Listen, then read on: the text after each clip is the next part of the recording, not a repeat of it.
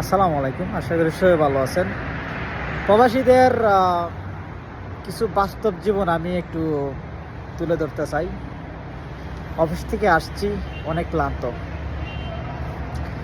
ইচ্ছা হয়েছিল কিছু একটা বানাই, বাট এত ক্লান্তর কারণে বানানোর ইচ্ছা হইতেছে না। তো সবজি অর্ডার করছি। আর এই যে এটা হলো একটা মার্কেটে চলে আসলাম। এই যে এটা হলো রেডিমেড পরোটা মিলে ভালো দুবাইতে।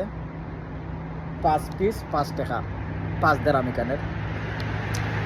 তো এত ক্লান্ত, এত ব্যস্ততা, বাসায় আসা যে নিজে রান্না করে খাই নিতে ভালো লাগে না। এটাই প্রবাসীদের লাইফ। এই জন্য আর কি একটু ভিডিও করে আপনাদের সাথে শেয়ার করা। দোয়া করবেন। আসসালাম।